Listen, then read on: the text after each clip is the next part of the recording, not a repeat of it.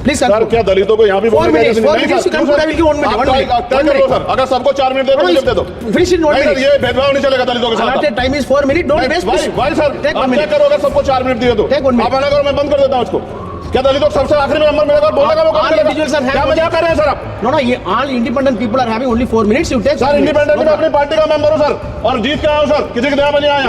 आज हम संविधान की गौरवशाली यात्रा पे बात करने के लिए चर्चा कर रहे हैं। कल से ये चर्चा चल रही है सर। मैंने बहुत सारे दोनों पक्ष के और जितने भी हमारे मेंबर हैं सुना सर, उनको बड़े बड़े नेता हैं सर। इसके भाग 1 में लिखा हुआ है India that is Bharat, Hindustan नहीं लिखा हुआ है सर। लेकिन सारे नेता संविधान पे चर्चा कर रहे हैं लेकिन हिंदुस्तान ही कहेंगे, भारत कहने की हिम्मत नहीं जुटा पा रहे। ये बड़ा सवाल है सर कि क्या संविधान के हिसाब से बात रखी जा रही है। मैं धन्यवाद दूंगा फूले साहू बाबा साहब अम्बेडकर को और मेरे नेता मान्यवर साहब श्री काशीराम को। 25 नवंबर 1949 को संविधान को सौंपते हुए डॉक्टर बाबा साहब अम्बेडकर ने कहा था कि 26 जनवरी 1950 को हम विरोधाभास भरे जीवन में प्रवेश करने जा रहे हैं। राजनीतिक जीवन में तो हमारे पास समानता होगी लेकिन सामाजिक और आर्थिक जीवन में असमानता होगी। क्या ये चुनौती आज 73 साल बाद दूर हुई है? भारत ने 26 जनवरी 1950 को संविधान लागू होने के साथ खुद को एक संप्रभु लोकतांत्रिक और गणतांत्रिक राज्य होने का ऐलान किया। लेकिन सर उस समय संविधान की स्थिति ये थी कि जैसे गांव का कोई आदमी, मैं 50 की बात कर रहा हूं, वो 50 साल पहले शहर में आ जाता और बड़े लोगों की महफिल में चला जाता उस जहां वो खाना खा रहे हो और वो टेबल पे नैपकिन को खा के जो है ये कहता कि ये तो फीका, क्योंकि वो जानता ही नहीं था, वो समझता नहीं था संविधान को, संविधान है क्या। संविधान उसके लिए महज दस्तावेज था। ये जिम्मेदारी थी राजनीतिक दलों पे कि वो संविधान को व्यवहार में लेके आते और इसके इतने सारे आर्टिकल हैं, अगर इनको व्यवहार में लाया जाता तो मुझे लगता कि आज देश बहुत बदल गया होता। बाबा साहब ने कहा था कि लोकतंत्र भारतीय भूमि का केवल ऊपरी पोशाक है, उनके अनुसार यहाँ की संस्कृति अनिवार्य तौर पर लोकतांत्रिक है। भारत जैसे गरीब और गैर बराबरी वाले देश में संविधान के जरिए छुआछूत खत्म करना, वंचितों के लिए सकारात्मक उपाय करना, सभी वयस्कों के लिए मतदान का अधिकार देना और सबके लिए सम्मान अधिकार तय करना, ये बहुत बड़ी उपलब्धि थी सर। ये संविधान है कि आप वहां बैठे हैं और मैं यहाँ खड़ा होकर अपनी बात रख रहा हूं और इस देश में आदिवासी महिला के तौर पर जो है राष्ट्रपति बनी है और प्राइम मिनिस्टर तो नहीं बना, लेकिन शेड्यूल कास्ट के बड़े नेताओं को भी जो है राष्ट्रपति बनने का मौका मिला। ये संविधान की देन, अगर वोट हम पे नहीं होता तो शायद अमीर और जो राजा महाराजा खुद को मानते हैं हमारी गलियों तक नहीं आ पाते, हमारे हाल नहीं जान पाते। आजादी का मतलब सर सिर्फ अधिकार पाना भर नहीं है, इसके लिए हमारे संविधान में सरकार और नागरिकों के अधिकारों के शासन के कर्तव्यों का विस्तार से उल्लेख किया गया है। बाबा साहब ने संविधान सभा में दिए गए भाषण में कहा था कि स्वतंत्रता आनंद का विषय है पर अब हमें अपनी जिम्मेदारियों पर भी ध्यान देना होगा। संविधान ने सुनिश्चित किया कि रानी के पेट से राजा जन्म नहीं लेगा, वोट से नेता तैयार होगा। आर्थिक बराबरी के लिए सरकार क्या कर रही है?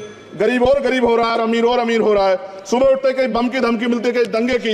ये अमृत काल है सर या धमकी काल है? कितना बढ़ रहा है आर्टिकल 15 सर। भारत में आज भी घोड़ी चढ़नी बैठती होती है। सर क्या दलितों को यहाँ भी बोलने का सर, अगर सबको 4 मिनट दे दो ये भेदभाव नहीं चलेगा दलितों के साथ। Time is 4 minute, don't waste. भाई सर आप क्या करो, अगर सबको 4 मिनट दिए तो आप मना करो, मैं बंद कर देता हूँ इसको। क्या दलितों को सबसे आखिरी में नंबर मिलेगा और बोलने का मौका मिलेगा? क्या मजाक कर रहे हैं सर आप? नो ये all independent people are having only 4 minutes. You take sir independent में अपनी पार्टी का मेंबर हूँ सर और जीत के आया हूँ सर, किसी की दया में नहीं आया। Take 1 minute and finish. Sir कल भी बोले एक दलित पार्टी के लोग, आप मौका दो सर। मूछे रखने पर हत्या होती है, महिलाओं पे, छोटे मासूम बच्चों पर रेप हिंसा होती है। एनसीआरबी का डाटा देकर डर लगेगा। यही 1 किलोमीटर में संविधान को जला गया और महाराष्ट्र के परभनी में अभी भी संविधान को नष्ट किया गया, उसकी कॉपी को। आर्टिकल 25-26 में संविधान में सभी को धार्मिक आजादी। कहाँ है दलितों की, मुसलमानों की, जैनों की, बौद्धों की, ईसाइयों की? छत्तीसगढ़ में सतनामी समाज को संविधान की अपनी धार्मिक आजादी के आधार पर जो है उनको अपमानित करके जेल में बंद कर दिया। संभल, अजमेर, अयोध्या सब इसका उदाहरण है। आज ये सरकार आलोचना डरती है। कितने लोग जेल में बंद है? मिरान हैदर, खालिद सैफी, उमर खालिद खान, सिफा खान, गुलफ्शा फातिमा और आजम खान साहब राजनीतिक विरोध में बंद है।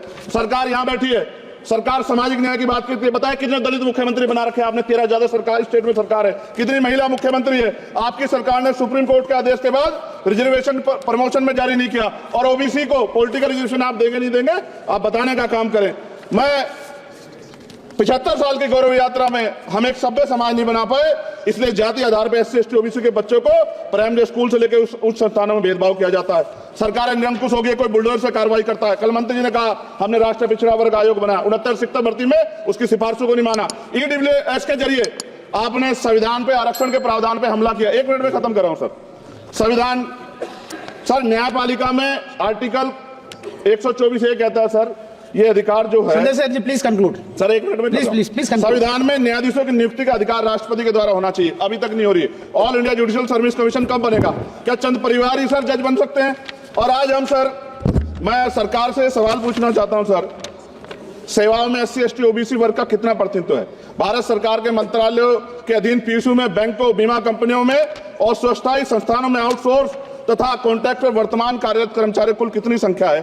आउटसोर्स और कॉन्ट्रैक्ट में कार्यबल SC ST OBC कितना प्रतिशत है? निजी क्षेत्रों में कार्यरत कर्मचारी, उनके SC ST OBC की वर्ग लाभ। सर खत्म कर, लास्ट पॉइंट सर, मैं फिर स्पष्ट तौर पर कह रहा हूं सर, यहां बैठे SC और OBC के मेंबर से कह रहा हूं सर, उनको सामाजिक जिम्मेदारी का ध्यान भी रखना चाहिए। पार्टी के प्रति वफादारी के साथ साथ अपने वर्गों के प्रति ईमानदारी भी रखनी चाहिए। ईमानदारी नहीं होगी तो उन वर्गों का भला नहीं हो सकता, और हमें बहुत सरकारों से उम्मीद नहीं है। बहुत बहुत धन्यवाद सर।